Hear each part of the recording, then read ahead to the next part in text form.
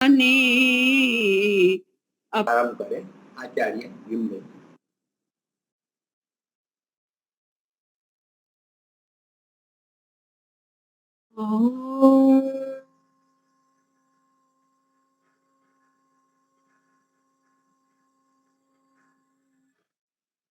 योगे योगे तव स्तरम् वाजे वाजे हवामहे हिरणाय चक्षसे महेरणाय चक्षसे। ओ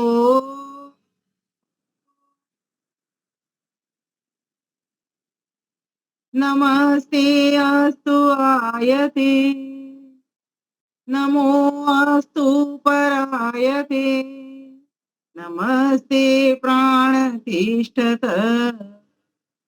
आसीनायोतते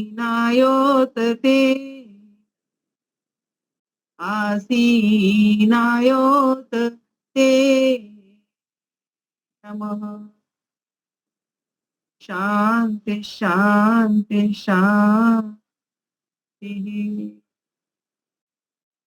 वैदिक प्रज्ञान व्याख्यान माला अंतरजालीय कार्यक्रम के द्वारा आप सभी नित्य प्रति नैतिक सत्संग करके परस्पर एक दूसरे का ज्ञानार्जन करने में लगे हुए हैं। ऐसी पूरी टीम आदरणीय महेंद्र मुनि जी जो इसका कुशल संचालन कर रहे हैं, आदरणीय बहन दीपालिका जी तथा समस्त गांधीनगर से जुड़े हुए बंधु बांधव तथा दिल्ली जैसे प्रांतों से भी अनेकानेक संगठनों से जुड़े हुए बंधु बांधव सभी को मैं अपना हार्दिक नमन वंदन अभिनंदन करती हूँ और अपना विषय ध्यान से ध्यान करो पर आती हूँ।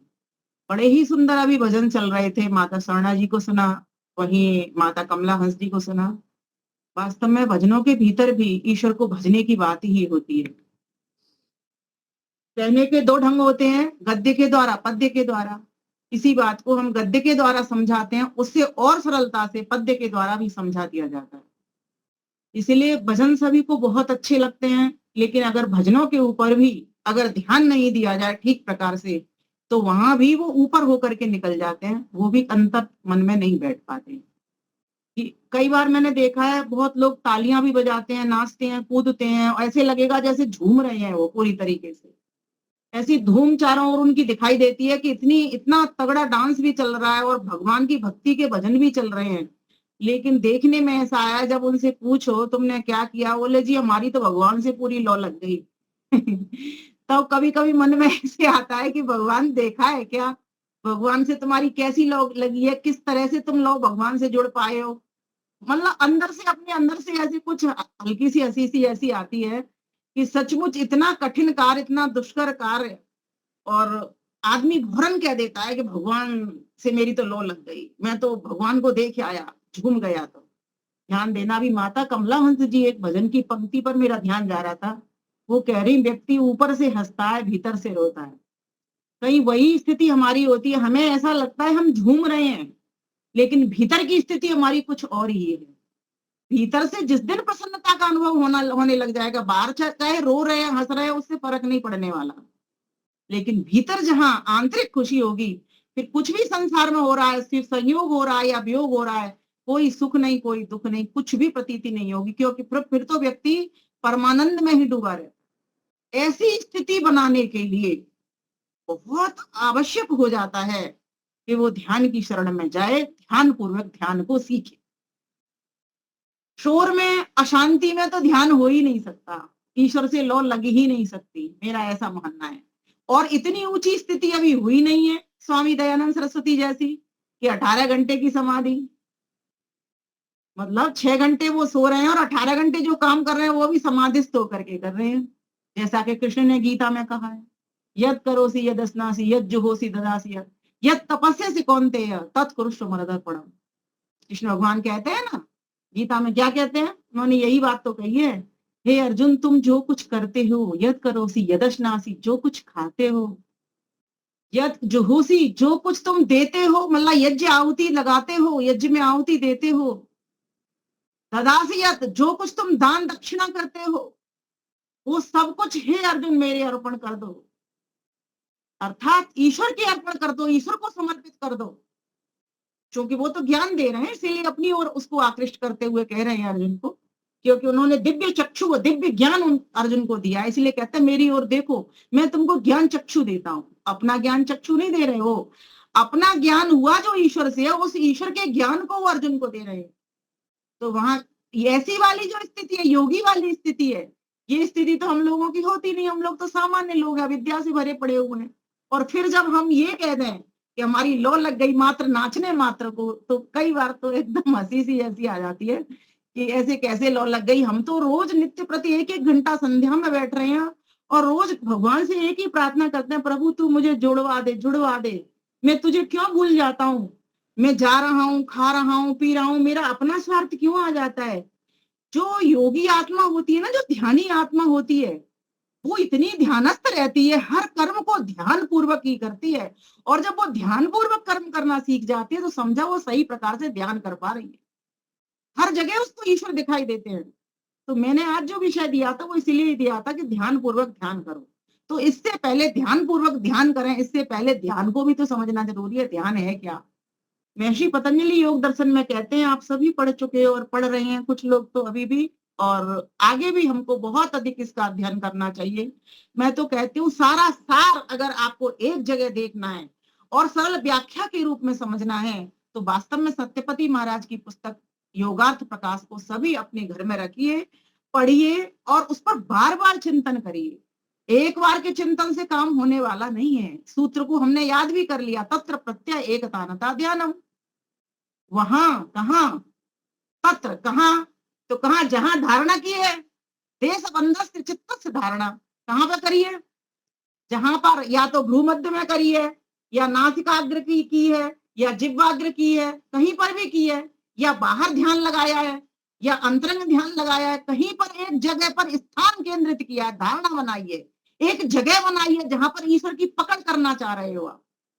जैसे एक गौ माता को जब एक खूंटे के ऊपर बांध देते हैं तो उसके एक स्थान हो जाता है कि गौ माता यहाँ बंध रही है। ऐसे एक स्थान पर क्या हम अपना चित्त बांध पा रहे हैं?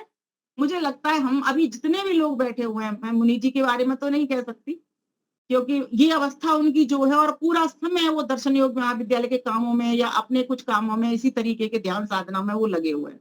हम लोगों को जागृति के लिए कर्म कर रहे हैं और आप में से बहुत सारे भाई बहन भी इस कार्य में लगे। लेकिन फिर भी मैं कहना चाहती हूँ कि बहुत मुश्किल काम है, इतना आसान नहीं है, लेकिन डरना भी नहीं है इससे, इतना कठिन भी नहीं है जितना मैं बोल रही हूँ इसको। अगर आपके मन में देखो कोई भी कठिन बात हो, अगर आपके मन में ये चाह है कि मुझे ये काम करना है तो हम कर लेते हैं कि नहीं कर लेते हैं। अगर प्रति हो जाए, किसी से प्यार हो जाए, उससे मिलने के लिए 1000 बाधाएं आ जाएं, तब भी हम उसको पाने का प्रयास करते हैं कि नहीं करते? अवश्य करते। जब अवश्य करते हैं तो जब हमें ये पता लग जाता है कि ईश्वर से हमें इतना सारा लाभ एक साथ मिल रहा है। कैसे एक साथ मिल रहा है? अभी आप और हम सभी क्या कर रहे हैं? श्वास ले रहे हैं। बताइए, ये श्वास किसके कारण ले रहे हैं? ईश्वर के लाभ के कारण ले पा रहे हैं ना। अभी हम ये जो सुन रहे हैं वार्ता को एक दूसरे की को, आप मुझे देख पा रही हैं, मैं आपको मैं आपको देख पा रही हूँ, आप मुझे सुन पा रहे हैं, मैं कुछ बोल पा रही हूँ, किसके लाभ के कारण बोल पा रही हूँ? इंद्रियां किसने दी हुई है मुझे? मुझे उस ईश्वर ने, परम पिता परमेश्वर ने दी हुई है इंद्रियां। जब व्यक्ति को ये छोटे छोटे बोध इनके होने लग जाते हैं तो व्यक्ति सोचता है कि अरे मेरे को क्या लग रहा है, ये तो वास्तव में सब कुछ उस ईश्वर का है और मैं उस ईश्वर को ही भूल रहा हूँ जिसकी ये संपत्ति है। माँ अगर लड्डू बना करके भेज दे हमारे लिए तो बताओ माँ ध्यान में रहती है कि नहीं रहती है? माँ ने मेरे लिए बढ़िया लड्डू बनाए, माँ ने बहुत टेस्टी बनाए। अब की बार मैं माँ से कहूंगी कि माँ इसमें मेवा थोड़ी कम डालो, आपने बहुत मेवा डाल दी। अब की बार माँ से कहूंगी माँ थोड़ा घी कम डालना, मुझे प्रॉब्लम हो रही है, थोड़ा घी कम डालना, या ज्यादा डालना इसमें कम हो गया, या मेवा ज्यादा भरना इसमें कम हो गई। मैं माँ से कहूंगी, माँ से मिलूंगी। आपका बार बार ध्यान उस लड्डू के ऊपर से छोड़, खाया आपने लड्डू है लेकिन ध्यान कहाँ जा रहा है? बनाने वाले के पास जा रहा है, उस कर्ता के पास बार बार जा रहा है। क्यों? क्योंकि आपको उसने एक अमूल्य चीज दे दी है जो वास्तव में जिसको पाकर के आपको प्रसन्नता अंदर से मिल रही है, खुशी एक हो रही है। उस जगत जननी माँ ने हमको प्रतिक्षण याद कराने के लिए हमको श्वास बांध दी हमारे भीतर। कोई ऐसा यंत्र आज तक बना नहीं जैसा यंत्र ये जीव जंतु का बना दिया परमेश्वर ने। यही सोच सोच करके उसको बार बार धन्यवाद निकलता है, बार बार वो ध्यान में आता रहता है। कुछ भी काम कर रहे हैं, अरे तू हाथ नहीं बनाता तो मैं गैस कैसे जलाता, अगर तू पैर नहीं बनाता तो मैं चल करके मैं कैसे काम कर पाता, अगर तू मेरी ये नस नाड़ी बंधन नहीं होता इन चीजों का इस तरीके का, मैं इस आत्मा मेरा इस घर में नहीं बैठा होता, तो ये आत्मा कर क्या पाता, ये आत्मा तो कुछ भी नहीं कर पाता, ये तो व्यर्थ ही था। और वास्तव में व्यर्थ ही तो पड़े हुए थे सृष्टि में। जब परमेश्वर इस सृष्टि को नहीं बनाता तो क्या होता, बेहोशी की अवस्था में सब आत्मा पड़े रहते, क्योंकि होश तो हमको मन बुद्धि इंद्रियों से मिल रहा है ना। तो परमेश्वर ने जो हमको यंत्र बना करके दिया, इतना बढ़िया सॉफ्टवेयर, इतना बढ़िया हार्डवेयर बना करके दिया, और उसको उसके ऊपर सांसों का लपेटा लगा दिया।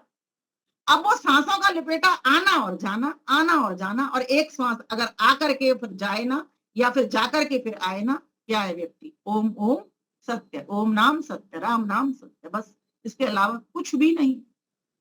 तो जो परमेश्वर प्रति क्षण दे रहा है, सेकंड्स में दे रहा है, उस परमेश्वर को बार बार इसी बारे से ध्यान लाइए कि परमेश्वर तेरी दया से मैं चल रहा हूं, देख पा रहा हूं, ये प्राण नहीं होगा, आत्मा के साथ में प्राणों का बंधन परमेश्वर नहीं करे तो मैं कुछ करी, गति हो ही ना।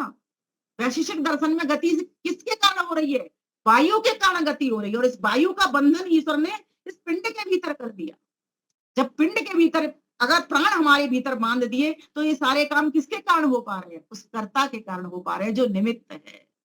और हमको भी उसने निमित्त बना दिया कि तुम भी जिस प्रकार से मैं सबको जीवन दे रहा हूं, तुम भी मेरे बाल को जीवन दो। ये है ध्यान पूर्वक ध्यान करना, उसको ध्यान में हर वक्त महसूस करना, अनुभव करना, कैसे, उस कर्ता की क्रियाओं को देख करके, उस कर्ता के कार्य जगत को देख करके, उस कर्ता के गुणों को, कर्मों को स्वभाव में ध्यान में रखते हुए कि वो परमेश्वर कैसा है, क्या कर रहा है, क्या उसके भीतर हमसे अलग हट करके विशेषता है, कैसे उस संसार के भीतर रहता है, हमसे चिपकता नहीं, हमारे भीतर ही रह रहा है। असंगो ही अयम पुरुषा, वो पुरुष कैसा है जो पूरी शयनाती थी, अर्थात जो ब्रह्मांडपुरी में निवास कर रहा है, शयन कर रहा है, अर्थात शयन से मतलब सोना नहीं, परमेश्वर कभी सोता जागता नहीं है, लोग उसे सुलाते हैं, फालतू जगाते हैं, वो हमें सुलाता है, जगाता है, वो हमारे लिए रात बनाता है, सुलाता है, वो हमारे लिए दिन बनाता है, हमें जगाता है।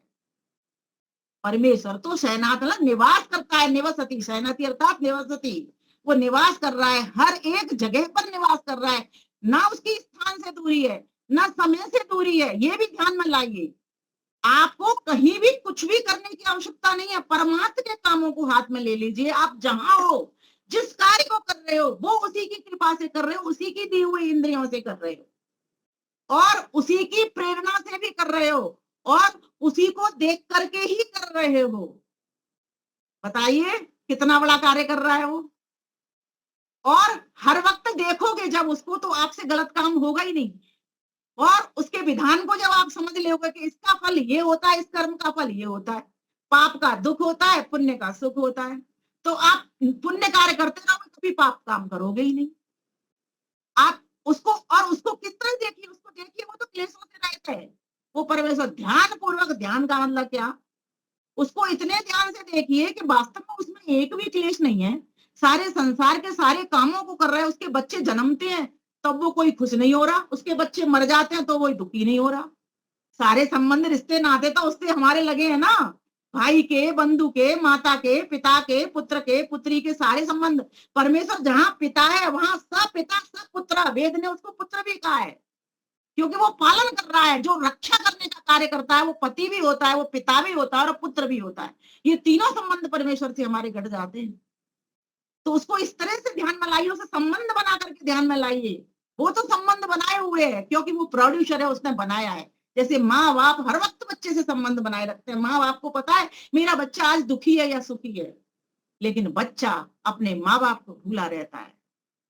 सोचिए क्यों भूल रहा है, क्यों नहीं याद कर रहा कि जिस माता पिता ने मुझे जन्म दिया, किस तरीके से मुझे अपने गर्भ में लाया, किस तरीके से गर्भ में पालन पोषण किया, और वो परम पिता परमेश्वर हिरण्यगर्भ अपने सारे संसार के जितने भी जीव जंतु, जड़ हो या चेतन हो, पूरी प्रजा को अपने गर्भ में धारण करके रह रहा है। हिरण्यगर्भ समवर्तताग्रे भूतस्य जाता पते आसीत, भूतकाल में, भविष्य काल में, वर्तमान काल में, तीनों कालों में रहने वाला वही पिता है, वही पति है, वही पुत्र है। ऐसा संबंध जब हम उससे बना करके चलते हैं तो ध्यान पूर्वक ध्यान हमारा हो जाता है।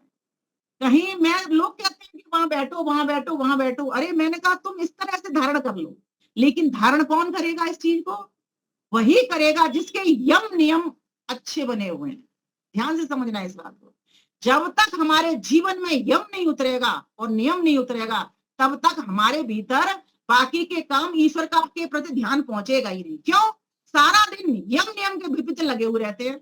सत्य में जीवन नहीं है, सारा दिन झूठ बोलते हैं, सारा दिन मन से, वाणी से, विचारों से, कर्म से, हर तरीके से हम हिंसा करने में लगे रहते हैं, हर वक्त चोरी करने में लगे रहते हैं, चाहे किसी भी तरीके की चोरी करें। कोई दिखाने वाली चोरी होती है, कोई चुपचाप मन की भी चोरी होती है, कोई टैक्सों की ही चोरी करके अपने व्यापार को बढ़ाता है, फिर उसको दान करने में लगा रहता है। तो हम सोचते हैं बड़ा भारी दानी हो गया ये तो। ना वो शौच में जीता, ना संतोष में जीता, ना उसका तपस्वी जीवन है, ना स्वाध्याय करता है, ना ईश्वर प्रधान कर रहा है, किसी भी काम में वो जो नहीं लग रहा है, तो सोचिए वो ईश्वर को कैसे अनुभूत कर सकता है? नहीं कर पाएगा। इसीलिए सबसे बढ़िया बात जो मुझे लगी, महर्षि पतंजलि ने बड़ा जबरदस्त काम किया। ऋषियों की ये वास्तव में ये शोध बहुत ही ज्यादा सुंदर है, जो हमको जीवन जीना सिखाती है, जीवन पद्धति देती है। उस जीवन पद्धति के द्वारा अपने जीवन का निर्माण करने वाले बने। हम योगी बने, योगी बनने के लिए यम नियम का धारण करें, तभी हमारा ध्यान पूर्वक ध्यान हो पाएगा। इसीलिए आज हमारा आसन नहीं लगता, इसीलिए हम प्राणायाम को नहीं कर पाते, और इसीलिए हमारा मन वश में नहीं होता। फिर कहाँ धारणा लगाएंगे, कहाँ ध्यान करेंगे, और फिर समाधि की तो बात ही भूल जाओ। समाधि अर्थात प्रत्यक्ष करना, साक्षात्कार करना, किसका? जिस वस्तु को खोजने के लिए चले हो, जिसका ध्यान करने के लिए चले हो। तो तत्र प्रत्यय, ध्यान में भी बड़ी गड़बड़ हो रही है आजकल। कोई कहता है वहां चले जाओ जी, बौद्ध धर्म वाले बड़ा अच्छा बढ़िया विपस्सना ध्यान कराते हैं। वो कहते हैं सांसों पे ध्यान केंद्रित करो जी, श्वासों पे ध्यान केंद्रित करो। मैं कहती हूँ श्वासों पर ध्यान केंद्रित नहीं करना, श्वासों को उस ओम से जोड़ देना। श्वासों को ध्यान पूर्वक ध्यान, जो तुम्हारी श्वास आ रही है जा रही है, उसको ओम में बना देना, ओम की माला पहना देना उसको।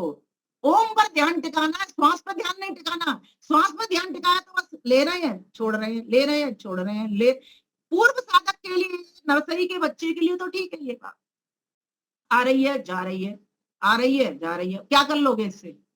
किसका ध्यान करने बैठे हो? क्या लाभ मिलेगा? इतना मिलेगा, प्राणायाम करोगे आप तो आपके प्राण स्वस्थ होंगे। आप करिए प्राणायाम, अंतर अभ्यंतर करिए, बाय करिए, और स्तंभ वृत्ति करिए, और बाय आभ्यंतर स्तंभ, इनको भी करिए आप। तो इस प्रकार से 4 प्रकार के प्राणायाम तो महर्षि दयानंद सरस्वती ने लिख दिया हमें। विषयाक्षेपी अर्थात विषय में आक्षेप करना। तो ये जो चौथा प्राणायाम है वो तो बहुत कठिन है, लेकिन जो आंतरिक प्राणायाम है ये तो हर कोई कर रहा है।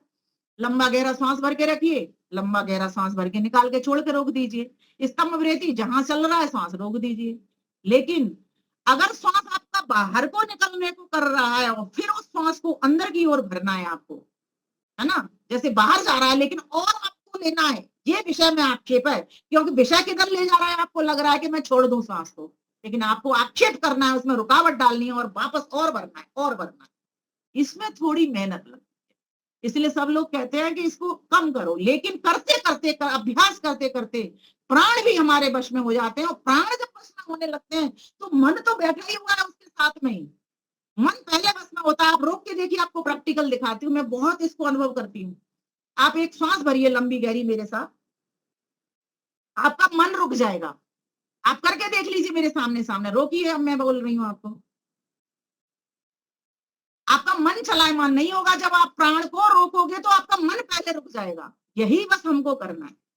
इसलिए प्राणायाम का भी अपना महत्व है, लेकिन इन चीजों पर लगेगा कौन? मैं फिर बार बार कहती हूँ, जिसका यम नियम सिद्ध हो चुका है, जिसके जीवन में सुंदर सद्गुण आ चुके हैं, दुर्गुण जिसके निकल रहे हैं, निकाल रहा है, वो रोज आत्मनिरीक्षण, रोज आत्मचिंतन, रोज आत्म परीक्षण करने में लगा है, अपना स्वयं का स्वयं सेल्फ आंकलन करने पर लगा हुआ है, उसके ही निकलेंगे ये। और उसके निकलते के साथ जब हमारी इस तरीके से चित्त खाली होता जाएगा तो कैसा दिखेगा? कोरा हो जाएगा। कोरा हो जाएगा तो सारी चीजें, ईश्वर एकदम साक्षात नजर आएगा, उसका आनंद नजर आएगा।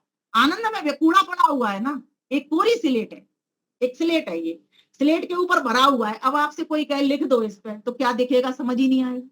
लेकिन जब स्लेट साफ है फिर आप लिखिए, एक एक वर्ड आपको साफ समझ में आ जाए। एक शीशा है, शीशा गंदा हो रहा है, आप चेहरा देखिए कैसा दिखता है। शीशे का काम क्या है? दिखाना। मन का काम क्या है? दिखाना। जो तुम चीजें देख रहे हो वो चीजें आत्मा को साक्षात होती जाती हैं। हम अब शीशे में चेहरा देखते हैं, जैसा चेहरा है वैसा ही दिखाता है, वो अपनी कुछ मिलावट नहीं कर सकता। जड़ शक्ति अपना कुछ नहीं कर सकता, लेकिन देखता कौन है उस जड़ मन के द्वारा? चेतन आत्मा देखता है। और जैसी चीज आती है, आकृति आती है, वैसी वो कैच कर लेता है। तो अब हमें क्या करना होगा कि हमें उस मन को कहाँ लगाना है? हमें उस मन के द्वारा उन साधनों को पकड़ना है जिन साधनों के द्वारा जिसका ध्यान करने के लिए हम बैठे हैं। तो कहा तत्र, वहां, कहां? तो बोले जहां तुमने एक जगह केंद्रित की हुई है, एक स्थान बनाया है। जैसे मैं अपनी बात बताती हूँ, मेरा ध्यान यहाँ लगता है हृदय प्रदेश में। बहुत मैंने प्रयास किया यहाँ लगाने का, पर मेरा यहाँ नहीं लगा। मेरा मेरा हृदय में बहुत अच्छा ध्यान लगता है। अब कैसे लगता है मुझे नहीं पता, यहाँ बहुत अच्छा ध्यान लगता है। इस जगह पर दोनों स्तनों के बीच में जो गर्त गर्त कहा गया है, वहां पर चुपचाप रखी रहती हूँ मैं, फिर मेरा इधर उधर ध्यान नहीं जाता बिल्कुल भी। अपना अनुभव बता रही हूँ, आप करके देखिए और आप अपना लगाइए। यहाँ अगर लगता है तो यहाँ लगाइए। और एक बात पर ध्यान रखिए, कोई तुमको ये कहेगा रोशनी दिखती है, कुछ नहीं दिखता। ये बिल्कुल बकवास की बात है कि रोशनी दिखेगी, ऐसी दिखेगी, वैसी दिखेगी, ये दिखेगा, वो कुछ भी नहीं दिखेगा। अगर आपको सही बात पता है, ईश्वर निराकार है, उसका कोई आकार नहीं है, वो किस तरीके से संसार में व्याप्त है। तो ओम खम ब्रह्म, आकाश की भांति वो बृहद बड़ा, जैसे आकाश बड़ा है और सूक्ष्मता से चारों ओर फैला हुआ पड़ा हुआ है, उसके कण कोई नजर नहीं आते, ऐसे ही वो आकाश की तरह पूरी तरीके से निराकार और निर्विकार पड़ा हुआ है। निराकार और निर्विकार, उसमें कोई विकार नहीं हो रहा है। अगर विकार हम सामने लाते हैं ना, तो हमारे भीतर भी उथल पुथल होने लग जाती है। ईश्वर विकार के रहित है, उसमें कोई गड़बड़ होती नहीं, उसमें कोई अतिशयता होती नहीं। इसीलिए पतंजलि महाराज ने एक जगह पर क्या कहा, तत्र निरतिशयम सर्वज्ञ बीजम। निरतिशयम, निरतिशयम, अतिशय से रहित। बढ़ती उसमें होती नहीं, जब बढ़ती नहीं होती तो उसमें घटती भी कुछ नहीं होती। हम जीवात्माओं में ज्ञान बढ़ता है, ज्ञान घटता है।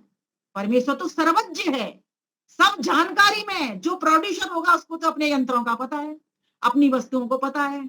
हम तो प्रोड्यूसर नहीं है ना, इस संसार के प्रोड्यूसर थोड़ी हैं हम। छोटी मोटी चीजें उसी की वस्तुओं से तो बना सकते हैं, अपने आप से नहीं बना सकते। उसके जल से बनाएंगे, उसकी पृथ्वी से बनाएंगे, उसके आकाश से बनाएंगे, उसकी वायु से बनाएंगे, उसकी मिट्टी से बनाएंगे, उसके रॉ मेटेरियल से बनाएंगे, अपना कुछ नहीं बनाएंगे। तो ध्यान से, ध्यान पूर्वक ध्यान में उसको लाने के लिए उस कर्ता विशेष के गुणों पर नजर डाली। जैसे बोलते ना सत, तो अब सत कैसे, वो परमेश्वर सत कैसे है? देखो आपको नजर आने लगा, मैं यही की यही प्रैक्टिकल बताती हूँ आपको। सत कैसे, सत क्या होता है? तो सत का कभी नाश नहीं होता, तीनों कालों में नाश नहीं होता। पहले भी था, आज भी है और आगे भी रहेगा। किसी स्थान विशेष पर भी सत्य चीज का कभी नाश होता है? झूठ तो बार बार नाश होता है उसका, सत्य का नाश नहीं होता। न ईश्वर का नाश होता, न मेरा मुझ जीव का भी नाश होता। आत्मा तो अजर, हमारा कृष्ण ने कहा है क्या, नैनं छिन्नन्ति शस्त्राणि, नैनं दहति पावका, न चैनं क्लेदयन्त्यापो, न शोषयति मारुत। आप सभी जानते हो गीता का श्लोक है ये। ना हवा सुखा सकती, जला सकती, काट सकती है ना। शस्त्र इसको काट नहीं सकते, अग्नि से जला नहीं सकती, हवा इसे सुखा नहीं सकती। कुछ भी इसका जब नहीं होता, कोई विकार इसमें नहीं होता। क्यों नहीं होता? क्योंकि इसमें न आकार, न प्रकार, न रंग, न रूप, न भार। क्यों नहीं है? क्योंकि यह प्रकृति से नहीं बनी आत्मा। ये सारा संसार क्यों होता है इसमें, ये गड़बड़ क्यों होती है? क्योंकि ये प्रकृति से बना हुआ सारा संसार है। माना कि प्रकृति अपने आप में पूर्ण है, सतोगुण, रजोगुण और तमोगुण ये अपने आप में पूर्ण है। ये सारा संसार पूर्ण प्रकृति से बनाया हुआ है, इसमें कोई भी न्यूनता कहीं भी नहीं है संसार में। जैसी वस्तु ईश्वर को जितने अणु परमाणु चाहिए, वो सारे के सारे उससे पूर्ण प्रकृति से मिले हुए हैं। कितने सतोगुण कहाँ लगाने, कितने रजोगुण कहाँ लगाने, कितना तमोगुण कहाँ लगाना, ये सारा संसार सूर्य दिखाई दे रहा है, इसमें सतोगुण की मात्रा बहुत है। एक योगी के भीतर सतोगुण की मात्रा बहुत होती है, रजोगुण की कम होती है, तमोगुण की शून्य की तरह बराबर होती होगी, लेकिन जरूर तमोगुण भी रहेगा, रजोगुण भी रहेगा, सतोगुण भी रहेगा। ये तीनों की तीनों गुण सारे संसार में भर में व्याप्त है। प्रकृति भी व्याप्त है, जैसे परमेश्वर व्यापक है वैसे प्रकृति भी चारों ओर। लेकिन 3 भाग तो उसके अमृत आनंद से भरे हुए हैं जहां प्रकृति नहीं है। एक भाग त्रिपादस्यामृतम दिवी, एक पाद उसका प्रकृति से बने हुआ संसार का है। अगर एक शून्य लेते हैं, इसके 4 भाग करते हैं, तो एक भाग में प्रकृति से संसार बना है, 3 भाग तो उसके अमृत आनंद से भरा हुआ है। परमेश्वर इतना बड़ा है, जब आप ध्यान करने बैठोगे ध्यान में, तो उसकी इन चीजों को ध्यान में लाओगे। वह निराकार है, सत है, चित है, ज्ञानवान है। मैं भी थोड़ा अल्प ज्ञान वाला हूँ, अल्पज्ञ हूँ, मैं उससे ज्ञान लेने के लिए ही तो बैठा हूँ, क्योंकि ज्ञान में आनंद है। मैं बोला करती हूँ ना, मेरे साथ आप भी दोहराइए, रिवीजन करिए अच्छी अच्छी बातों का। अंधेरे में ठोकर है, अंधेरे में ठोकर है, प्रकाश में ठाकुर है, प्रकाश में ठाकुर है। ठाकुर मतलब भगवान, ईश्वर, जो भग से भरा हुआ है, पूरी तरीके से लबालब है। जितने भी संसार में आने वाली आत्माएं जो भग लेती हैं, किससे लेती हैं? उस पूर्ण परमात्मा से भग लेती हैं, इसलिए वो भगवान कहलाती हैं। लेकिन वो ऐसी ईश्वर वाली भगवान नहीं हो जाती जो जन्म मरण के बंधन में आते। परमेश्वर तो जन्म मरण के बंधन में नहीं आते, आप और हम ये सभी जानते हैं। तो ऐसे परमेश्वर के गुणों को उचित है, वो आनंद स्वरूप है, आनंद का भंडार है। आनंद का भंडार होने से ही अगर हम उसको ध्यान पूर्वक ध्यान से देखेंगे तो हमें आनंद की प्राप्ति होगी। ध्यान से समझिए, किसी वस्तु, अगर हम प्रकाश के कमरे में बैठ जाएंगे तो किसकी प्राप्ति होगी? प्रकाश की होगी ना। अंधेरे कमरे में बैठेंगे तो किसकी प्राप्ति होगी? बोलो, अंधेरे की होगी ना। हम जैसी जगह बैठेंगे, सुनार के पास बैठेंगे तो सोने की प्राप्ति होगी ना, लोहार के पास बैठेंगे तो लोहे की प्राप्ति होगी ना, है ना। कोयला की खान में जाएंगे तो कोयले की प्राप्ति होगी ना। जहां भी बैठेंगे, जो चीज आपको चाहिए वो आपको मिल करके ही रहेगी। और ये तो संसार में देखकर संसार उदाहरण बनता है हमारे लिए। अच्छे लोगों के पास बैठते अच्छा ही मिल जाती है, बुरे लोगों के पास, शराबी जुआरी के पास बैठ जाते हैं, शराब आदि का गुण हमारे भीतर घर बैठ कर जाता है। इसीलिए उस ध्यान पूर्वक उस ईश्वर को ध्यान में कैसे लाना है? गुण के द्वारा लाना है। सच्चिदानंद स्वरूप, निराकार, आकार नहीं, निर्विकार, विकार नहीं, उसमें सड़ना, चढ़ना, गड़ना, ये सब कुछ किसमें होती है? गलना, चिड़ना, सड़ना, ये सब संसार के धर्म है। शरीर जलता है, कटता है, सड़ता है, छिलता है, सब काम इसी के होते हैं, लेकिन आत्मा का कुछ नहीं होता। ऐसी परमात्मा का भी कुछ नहीं होता। तो हम जब समान धर्मी है, ध्यान से समझिए इस बात को, जब हम समान धर्मी है तो समानता का समानता से मिलाएगा ना। चेतन भी वो, हम भी चेतन, निराकार भी वो, हम भी निराकार, है ना। जब हम एक धर्म से मिलने वाले हैं, और ज्ञान मैं भी कर सकता हूँ और वो तो ज्ञानवान है ही, हम तो उससे ज्ञान अधिक पाने के लिए ही बैठे हुए हैं। क्योंकि ज्ञान से क्या मिलेगा? आनंद की प्राप्ति होगी हमको। अज्ञान में क्या होगा? दुख की प्राप्ति हमको होती है। आज हम सब दुखी क्यों हैं? क्योंकि हम अविद्या से घिरे हैं। और अविद्या क्या है?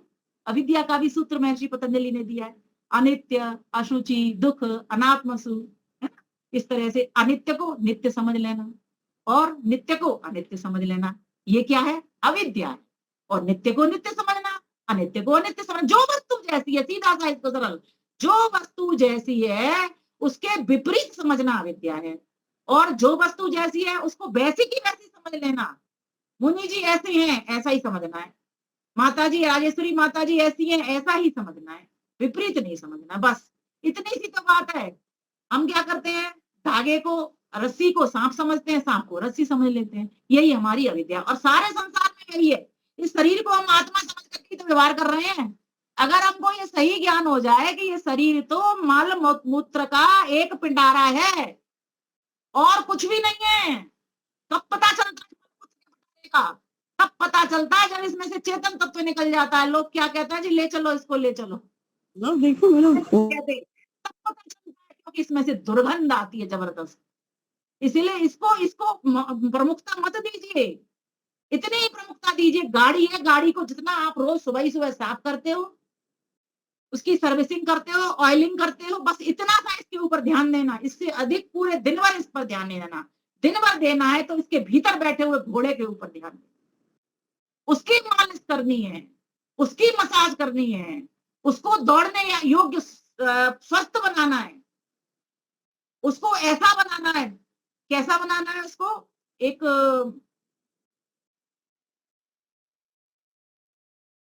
दिमाग में से आउट हो रहा है मेरे में, बहुत सुंदर, कभी बताऊंगी आएगा तो, कि इतना स्वस्थ, उसको इतना सुंदर बनाना है कि लोग देखें कि अरे इसका घोड़ा तो इतना मजबूत है, मेरा ऐसा रह गया। एक प्रेरणा वो भी घोड़ा छोड़ देगा। कि अरे मुझे भी अपने घोड़े को इस तरीके से सजाना है, संभालना है, इस घर के भीतर रखना है। बस गाड़ी की उतनी व्यवस्था करनी है जिससे ये गाड़ी टूटे ना, तो ये घोड़ा इसमें से निकल ना पड़े। बस इतनी चिंता इस गाड़ी की करनी है, इससे अधिक चिंता नहीं करनी। बाकी तो अपनी आत्मा को ही मजबूत करना है।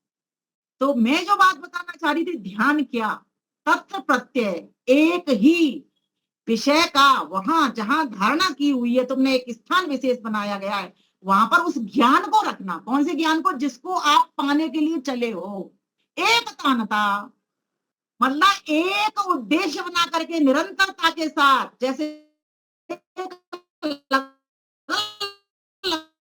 लगाते हुए कि मुझे उस वस्तु को पाना है, ईश्वर मेरा है और मेरे से दूर क्यों है, मैं उसको खोजने के लिए चला हूं। ध्यान है क्या?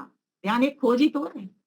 जो वस्तु मुझसे खोई हुई है बस उसको खोज के लाना। जो वस्तु मुझसे खोई हुई है उसको खोज करके लाना, यही तो ध्यान है। किसका ध्यान? ईश्वर का ध्यान। अगर वस्तु खो जाती तो वस्तु का ध्यान करते हैं। तो वस्तु का ध्यान कैसे करते हैं? मान लीजिए चाबी खोती तो कैसे करते हैं? चाबी कैसी थी? इतनी बड़ी थी। चाबी में कितने दांते थे? 5 दांते थे। चाबी कितनी साइज की थी? ऐसी थी। चाबी का रंग कैसा था? स्टील की थी या लोहे की थी? बस इतना सा फंडा है। और मन में हर वक्त इस तरीके से ध्यान में रखना है, जैसे एक उंगली में कांटा लग जाए तो बार बार ध्यान कहाँ जाता है? कांटे में। दांत में तिनका घुस जाए, कितने भी काम कर लेना, कुछ और कितना भी खा लेना, लेकिन बार बार ध्यान कहाँ जा रहा है? दांत के तिनके में। जब तक वो निकल नहीं जाता तब तक कहाँ रहता है? जब तक ईश्वर नहीं जाता तब तक बार बार ध्यान, उसी का चिंतन करना, उसी का मनन करना, उसी का श्रवण करना, उसी का ध्यान करना, उसी का साक्षात्कार करना। बस एक संकल्प के साथ, ये जो मुझे गाड़ी मिली है परमेश्वर, मुझे इतना स्वस्थ शरीर देना, मुझे इतनी अच्छी आयु देना कि मैं ये गाड़ी मुझसे पहले तब तक नहीं छूटनी चाहिए, तब तक मैं तुझे प्राप्त नहीं कर लूं। ये संकल्प हाथ बांध करके, दोनों मुट्ठी बांधिए मेरे साथ, बांधिए दोनों मुट्ठी। सभी लोग मुझे सुन पा रहे हैं तो सभी लोग मुट्ठी बांधिए, अपनी अपनी अपनी अपनी मुट्ठी बांधिए। अभी दोनों मुट्ठी ऐसे बांधिए, ऐसे अलग अलग नहीं, ऐसे बांधिए मेरी तरह। मुनि जी ऐसे बांधिए मुट्ठी और बांध के कहिए प्रभु से, प्रभु आज मैं संकल्प लेता हूं, जब तक आप मुझे नहीं मिल जाते तब तक इस शरीर को, मेरे को स्वस्थ बना करके रखना। मैं इस शरीर को, इसी शरीर में, इसी समय में तुझको पा करके रहना चाहता हूँ। हे प्रभुदेव कृपा करिए, मेरी ये गाड़ी सोने जैसी, हीरे जैसी गाड़ी व्यर्थ न चली जाए।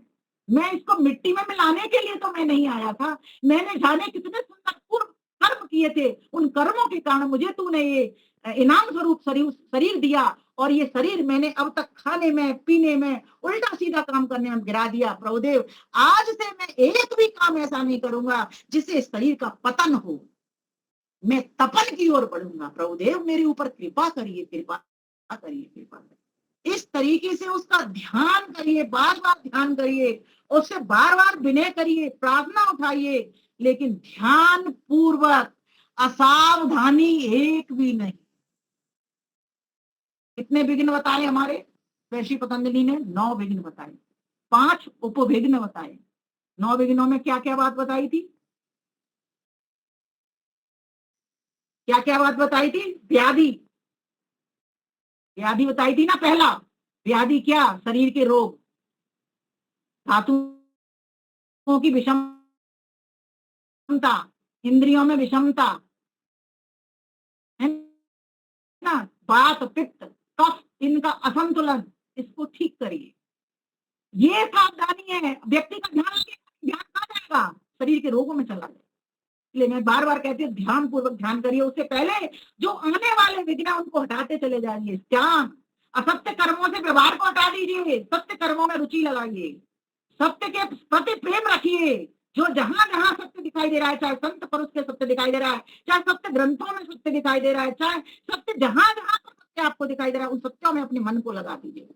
असत्य कर्मों से संशय, हमें संशय बड़ा रहता है क्योंकि जानकारी का अभाव है, इसलिए संशय होता है। ये वस्तु ऐसी है या ऐसी है, कैसी है? ईश्वर निराकार है या साकार है? अगर साकार होगा तो एक देशी होगा, एक देशी होगा तो सर्वव्यापक नहीं हो सकता, सर्वव्यापक नहीं हो सकता तो सब जगह का एक जैसा कवन दिखाई दे रहा है। भारत में भी वैसा ही दिखाई दे रहा है। अमेरिका में भी वैसा ही दिखाई दे रहा है। इसका मतलब क्या है? ईश्वर सर्वव्यापक है। ऐसे कर करके इस मन के घोड़े को दौड़ाइए, मन को ले जाइए। ये परमेश्वर ने तुमको बहुत बड़ी शक्ति मन की दी हुई है। भले ही जड़ है, लेकिन इतनी ताकत है कि आत्मा इस जड़ मन के साधन के द्वारा मोक्ष को भी प्राप्त कर सकता है और इससे बंधन में भी पड़ सकता है। मन एवं मनुष्याणां कारणम बंध मोक्षयो। आप और हम सभी इस बात को, लेकिन जानने को मानने पर उतारना पड़ेगा और मानने को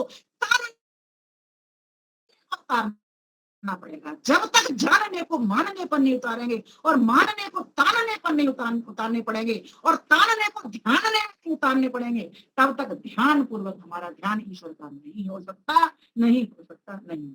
इसीलिए प्यारे भाइयों बहनों, अभी मुझे कहीं जाना भी है, इसीलिए मैं एक छोटी सी रचना कह करके अपनी वाणी को आज विराम करूंगी। आप कोई भी भजन फिर बाद में गा सकते हैं। मैं ध्यान भूल गई थी, आप मुनि जी आपको बताना, एक कार्यक्रम आ गया था तो उन्होंने कहा कि जल्दी आना। आइए, बहुत सारी बात है, मैं अगली बार इसको पूरा कर दूंगी प्रवचन को, अभी यहाँ तक छोड़ देती हूँ, ठीक है। मुझे लग तो रहा है कि आप नहीं चाहते कि मैं जाऊं और बोलती रहूं, लेकिन पता नहीं है, ये तो आप ही बताएंगे तो उसका कैसे मनन पूर्वक करना है, उसकी भावना बनाइए, उसका जप करिए। और बोला, मैं तो सबको कहती हूँ, आप लंबे मंत्रों में क्यों पढ़ते हो? ओम करिए ना, ओम ओम ओम की माला पिरो दो ना, ओम के अर्थों को सीख डालो। ओम का सर्वरक्षक तो है ही, लेकिन जब आप ओम के 9 अर्थों को जान लोगे ना, तो 9 अर्थों के भीतर से जो व्याख्या आपकी अंदर ही अंदर प्रस्फुटित होगी ना, और जो ईश्वर से जोड़ने का काम करेगी, वो बिरली होगी। फिर कभी आपको बताऊंगी इस विषय को। तो भगवान से प्रार्थना करती हूँ, प्रभु देव हमको अपने ध्यान में लगाए, आप हम पर कृपा ऐसी करें, हम ऐसे कृपा पात्र बन जाएं, हम ऐसा पुरुषार्थ करने वाले बन जाएं कि आपकी कृपा को हम प्राप्त कर पाए। बस ऐसी प्रार्थना के साथ में आइए मेरे साथ बोलते हैं कुछ पंक्तियां मेरी लिखी हुई। पंखे से पेज पलट गया।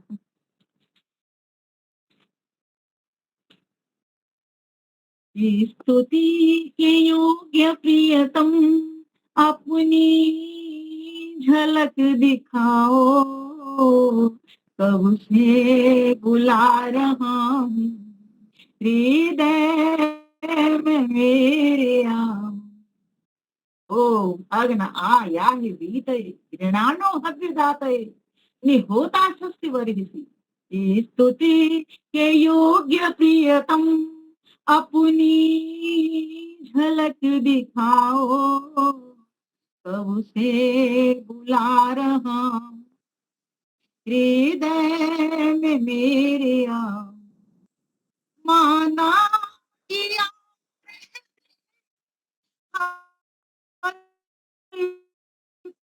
क्षण मेरे हृदय अनुभव करूं सदा ही, गुणगान कर विनय में होता तुम्ही हो दाता, विश्वास मन दिलाओ, कब से बुला रहा हूँ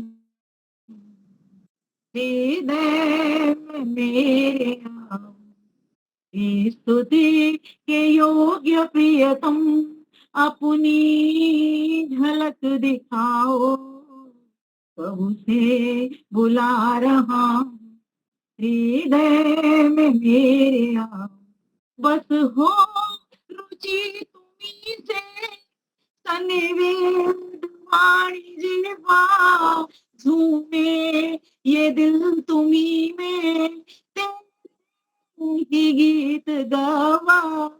ओ प्यार में कमीना, ओ प्यार में कमीना, प्रीतम को रस पिलाओ, कब से बुला रहा हूँ हृदय में मेरे। स्तुति के योग्य प्रियतम, अपनी झलक दिखाओ, कब से बुला रहा हूँ हृदय में मेरे। क्या करना होगा? सब कर बस एक स्नान होवे, चढ़ जाए रंग तेरा, तुझ में विमल खोवे। सब कर्म करते बस होवे, चढ़ जाए रंग तेरा, तुझ में विमल खोवे। प्यासा हूँ दिल पुकारे, बोलिए, प्यासा हूँ दिल पुकारे, मम प्यास आ बुझाओ, कब से बुला रहा हूँ हृदय में मेरी,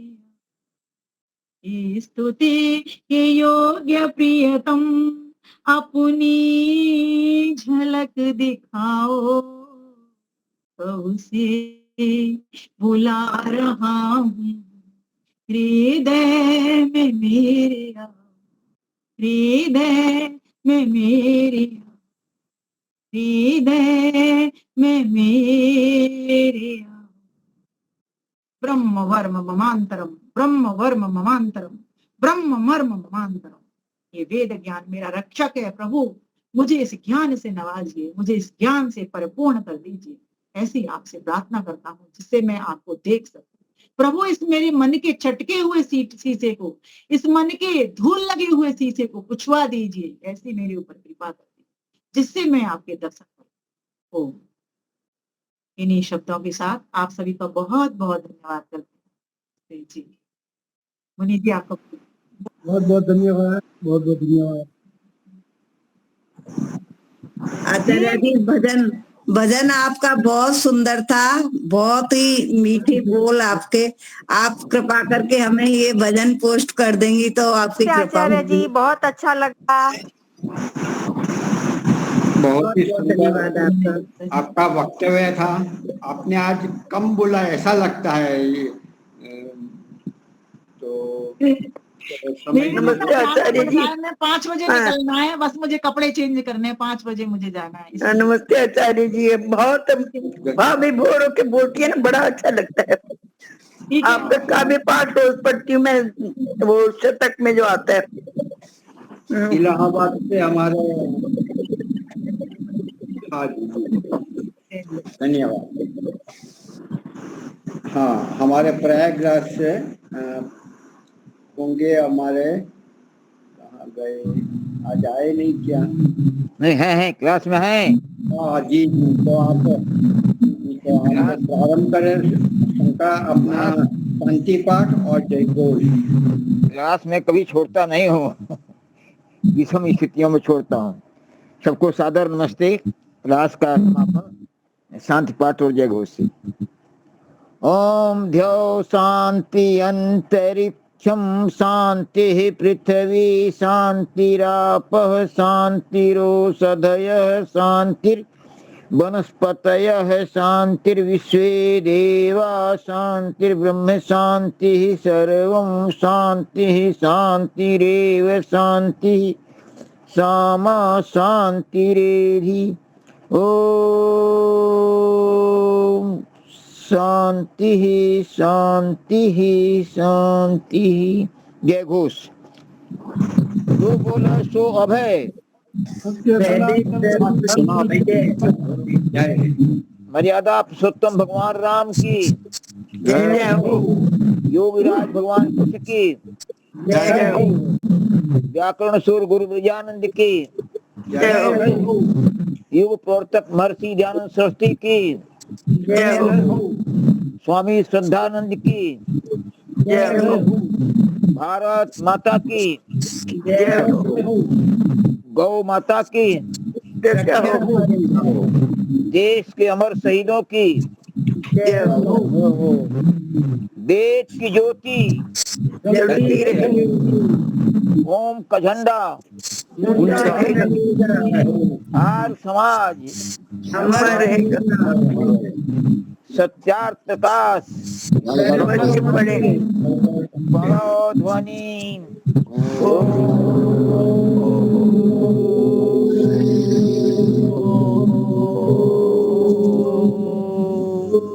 वैदिक सबको सादर नमस्ते। बहुत बहुत धन्यवाद। कल पुनः मिलते हैं बुधवार अपने बनारस से आचार्य शैलेंद्र जी।